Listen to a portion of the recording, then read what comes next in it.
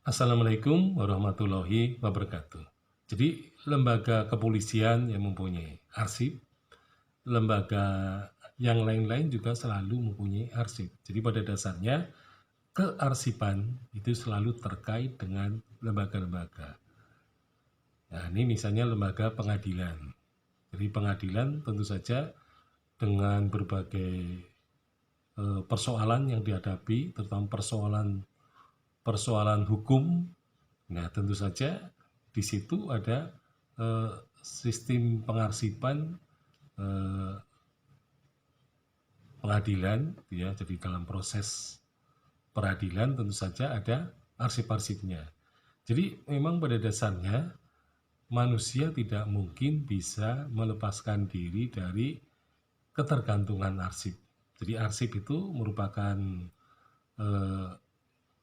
catatan, merupakan acuan, merupakan dasar bagi suatu keputusan bisa diambil, ya karena ada arsipnya. Jadi arsip itu menjadi tolok ukur, ya, bagi suatu semua kegiatan. Karena memang kegiatan manusia itu harus diadministrasikan, harus secara tertib, ada hal-hal yang dilaporkan, ya, dengan bukti-bukti. Nah, bukti-buktinya adalah bisa dalam bentuk surat-surat, surat-surat keputusan, bahkan mungkin surat keputusan pengadilan.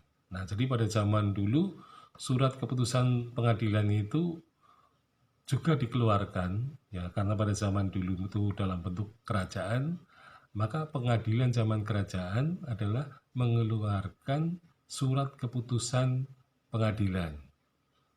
Jadi surat keputusan pengadilan ini ditulis dalam kerangka seperti prasasti. Jadi oleh karena itu nanti ada prasasti yang merupakan keputusan dari pengadilan yang memang diselenggarakan pada masanya itu. Nah, sehingga suratnya pada dasarnya ya surat keputusan, seperti surat SK itu, ya. Jadi SK pada zaman dulu merupakan gambaran bahwa pemimpin, ya kalau zaman dulu itu dalam birokrasi kerajaan, maka yang memutuskan itu raja itu sendiri atau orang-orang yang dijadikan wakil, ya. Jadi wakil-wakil raja itu bisa ada, ya, terutama kalau zaman Majapahit itu adalah Mahamantri Ikatrini, Mahamantri Katrini. Jadi ada 3 orang Mahamantri di bawah langsung raja yang dia memerintahkan atas perintah-perintah raja kepada pejabat yang ada di bawahnya. Nah, oleh karena itu mereka juga seringkali mengeluarkan prasasti-prasasti. Nah, prasasti itu adalah dokumen. Nah, jadi pada masa lampau, persoalan pengadilan yang seringkali terjadi adalah misalnya tentang warga negara. Jadi ada warga negara pribumi, orang pribumi, tetapi dipersoalkan oleh, ya, petugas pajak bahwa orang ini seperti orang asing atau warga kilalan. Jadi kalau orang asing berada di Indonesia itu pajaknya kan tinggi karena dia dianggap sebagai warga asing atau warga kilalan. Nah, tetapi ternyata orang yang disebut sebagai warga kilalan itu melakukan protes dan mengajukan persoalannya itu ke pengadilan, dan ternyata di pengadilan terbukti bahwa yang bersangkutan memang sebenarnya adalah orang pribumi, gitu ya, orang Indonesia asli, bukan keturunan, ya.